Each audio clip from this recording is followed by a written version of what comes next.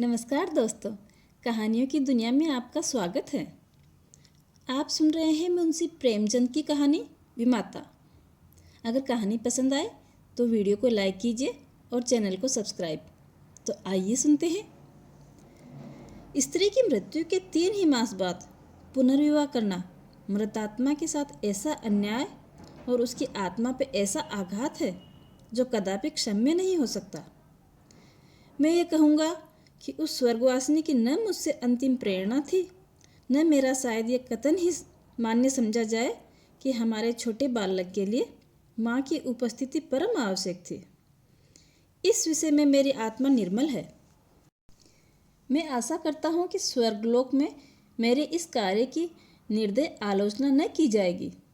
सारांश यह है, मैंने विवाह किया है और यद्यपि एक नवविवाहित वधू को मातृत्व उपदेश देना बेसुरा राग था, पर मैंने पहले ही दिन अम्बा से कह दिया था कि मैंने तुमसे केवल इस अभिप्राय से विवाह किया है कि तुम मेरे बालक की माँ बनो और उसके हृदय से उसकी माँ की मृत्यु का शोक बुला दो। 2 मास व्यतीत हो गए थे।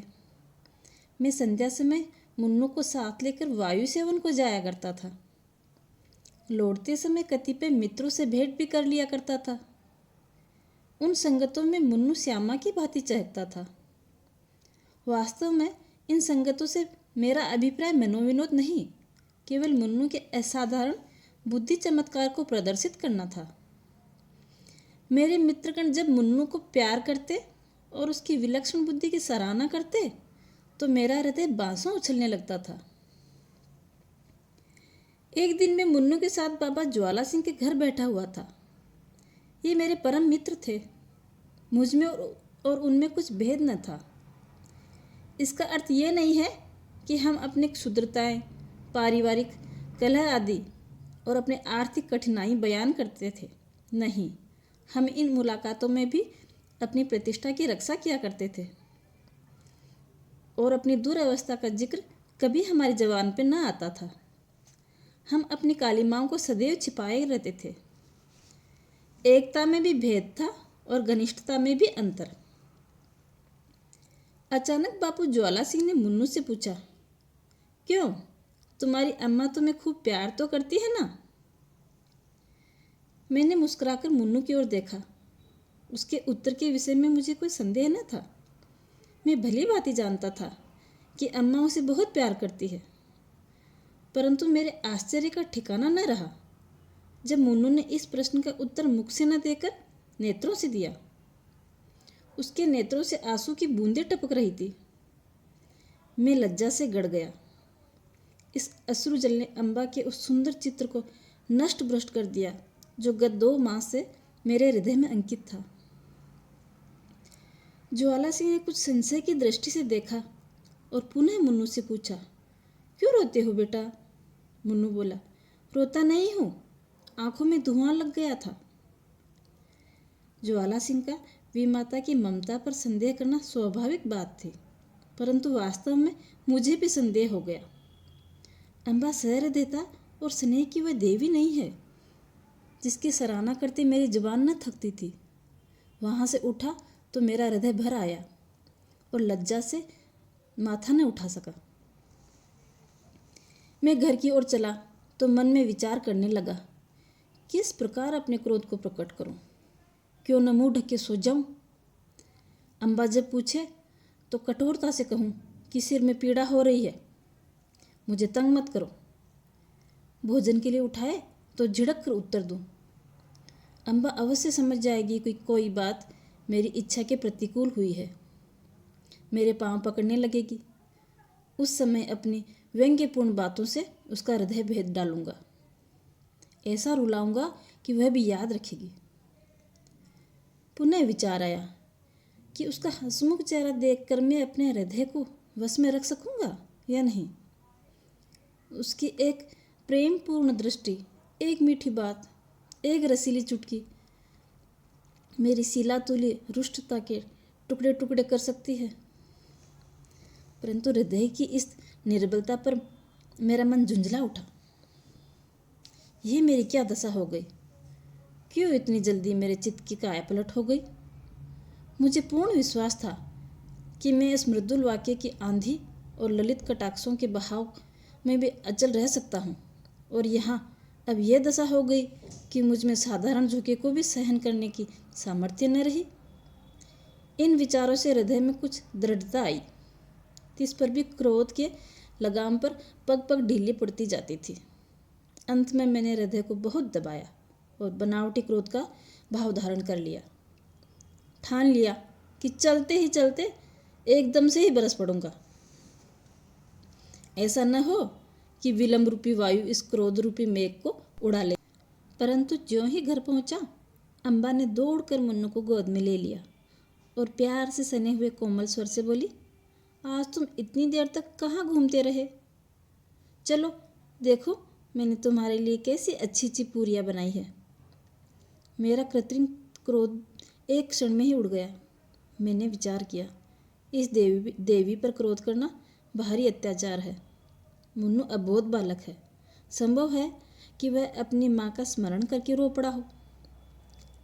अम्बा इसके लिए दोषी नहीं ठहराई जा सकती। हमारे मनोभाव पूर्ण विचारों के अधीन नहीं होते। हम उनको प्रकट करते समय कैसे कैसे शब्द गढ़ते हैं, परंतु समय पर शब्द हमें धोखा दे देते हैं और वे ही भावनाएं स्वाभाविक रूप से प्रकट होती है। मैंने अम्बा को न तो कोई व्यंग्यपूर्ण बात कही और न ही कृत्रिम क्रोध को मुख पर आने दिया, बल्कि अत्यंत कोमल स्वर से बोला, मुन्नू ने आज मुझे अत्यंत लज्जित किया।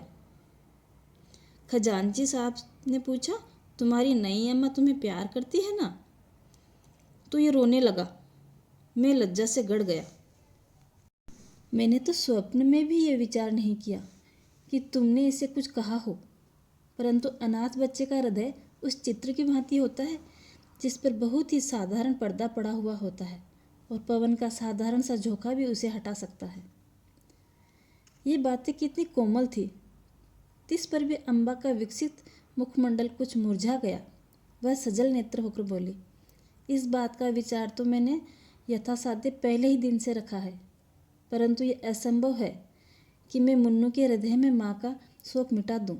मैं चाहे अपना सर्वस्व अर्पण कर दूँ, परंतु मेरे नाम पर जो सौतेलेपन की कालिमा लगी हुई है वह मिट नहीं सकती।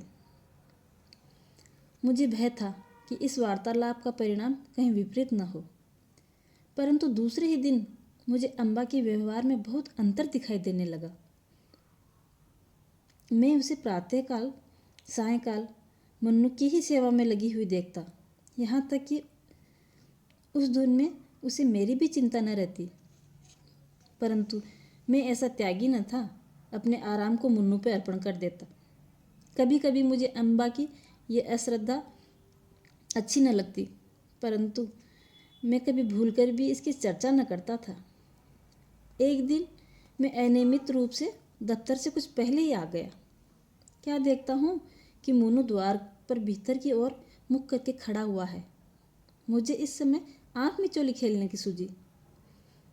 मैंने दबे पांव पीछे से जाकर उसके नेत्र मूंद लिए, पर शोक, उसके दोनों गाल अश्रुपूरित हो रखे थे। मैंने तुरंत दोनों हाथ उठा लिए। ऐसा प्रतीत हुआ मानो सर्प ने डस लिया हो। मेरे हृदय पर एक चोट लगी।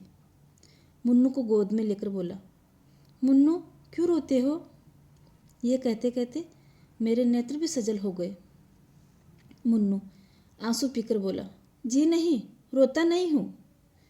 मैंने उसे हृदय से लगा लिया और कहा, अम्मा ने कुछ कहा हो तो बताओ। मुन्नू ने सिसकते हुए कहा, जी नहीं, मुझे वो बहुत प्यार करती है। मुझे विश्वास न हुआ। पूछा, वह प्यार करती हो है तो तुम रोते क्यों हो? उस दिन खजांजी अंकल के घर तुम रोए थे, तुम मुझसे छिपाते हो। कदाचित तुम्हारी अम्मा अवश्य तुमसे कुछ क्रुद्ध हुई है। मुन्नू ने मेरी ओर कातर दृष्टि से देखा, कहा, जी नहीं, वो मुझे बहुत प्यार करती है, इसी कारण मुझे बार बार रोना आता है। मेरी अम्मा मुझे अत्यंत प्यार करती थी, वे मुझे छोड़ के चली गई। नई अम्मा उससे भी अधिक प्यार करती है, इसलिए मुझे भय लगता है कि उनकी तरह वह भी मुझे कहीं छोड़ के न चली जाए। यह कहकर मुन्नू फूट फूट के रोने लगा। मैं भी रो पड़ा। अम्बा के इस स्नेहमय व्यवहार ने मुन्नू के सुकोमल हृदय पर कैसा आघात किया था। थोड़ी देर तक मैं स्तंभित खड़ा रहा। किसी कवि की ये वाणी स्मरण आ गई कि पवित्र आत्माएं इस संसार में चिरकाल तक नहीं ठहरती। कहीं भावी ही इस बालक की जीवा से तो ये शब्द नहीं निकलवा रही। ईश्वर न करे कि यह अशुभ दिन देखना पड़े। परंतु मैंने तर्क किया, इस शंका को दिल से निकाल दिया। समझा, माता की मृत्यु ने प्रेम और वियोग में एक मानसिक संबंध उत्पन्न कर दिया है और कोई बात नहीं है। मैंने मुन्नू को गोद में लिया और अम्बा के पास गया और मुस्कुरा के बोला, इनसे पूछो ये क्यों रोते हैं। अम्बा चौंक पड़ी। उसके मुख की क्रांति मलिन सी हो गई। बोली, तुम ही पूछो। मैंने कहा, ये इसलिए रोते हैं कि तुम इन्हें अत्यंत प्रेम करती हो और इनको भय है कि तुम भी इनकी माता की भांति इन्हें छोड़ के ना चली जाओ। जिस प्रकार गर्द साफ हो जाने से दर्पण चमक उठता है, उसी भांति अम्बा का मुखमंडल प्रकाशित हो गया। उसने मुन्नू को मेरी गोद से छीन लिया और कदाचित ये प्रथम अवसर था कि उसने ममतापूर्ण स्नेह से मुन्नू के पांव का चुंबन किया। शोक, महाशोक। मैं क्या जानता था कि मुन्नू की अशुभ कल्पनाएं इतनी शीघ्र पूर्ण हो जाएंगी। कदाचित उसके बाल दृष्टि ने होनहार को देख लिया था। कदाचित उसके बाल श्रवण मृत्युदूतों के विकराल शब्दों से परिचित थे। 6 मास भी व्यतीत न हो पाए थे कि अम्बा बीमार पड़ गई। इन्फ्लुएंजा ने देखते ही देखते उसे हमारे हाथों से छीन लिया। पुनः वह उपवन मरुतुल्य हो गया। पुनः वह बसा बसाया घर उजड़ गया। अम्बा ने अपने को मुन्नू पर अर्पण कर दिया था। हाँ, उसने पुत्र स्नेह का आदर्श रूप प्रस्तुत किया था। शीतकाल का मौसम था और वह घड़ी रात्रि शेष रहते हुए भी मुन्नू के लिए प्रातःकाल भोजन बनाने उठती थी। उसके इस स्नेहपूर्ण बाहुल्य से मुन्नू के स्वभाव में बहुत फर्क आ गया था। वह हठीला और नटखट हो गया था। जब तक अम्बा भोजन कराने न बैठे, मुंह में कोर न डालता था। जब तक अम्बा पंखा न झले, वह चारपाई पर सोने न जाता था। उसे छेड़ता, चिढ़ाता और हैरान कर डालता, परंतु अम्बा को इन बातों से आत्मिक सुख की प्राप्ति होती थी। वह इन्फ्लुएंजा से करा रही थी। करवट लेने तक की शक्ति न थी। शरीर तवा हो रहा था, परंतु मुन्नू के प्रातःकाल के भोजन की चिंता लगी रहती थी। हाय, वह निस्वार्थ मातृ स्नेह अब स्वप्न हो गया। उस स्वप्न के स्मरण से अब भी हृदय गदगद हो जाता है। अम्बा के साथ मुन्नू का चुलबुलापन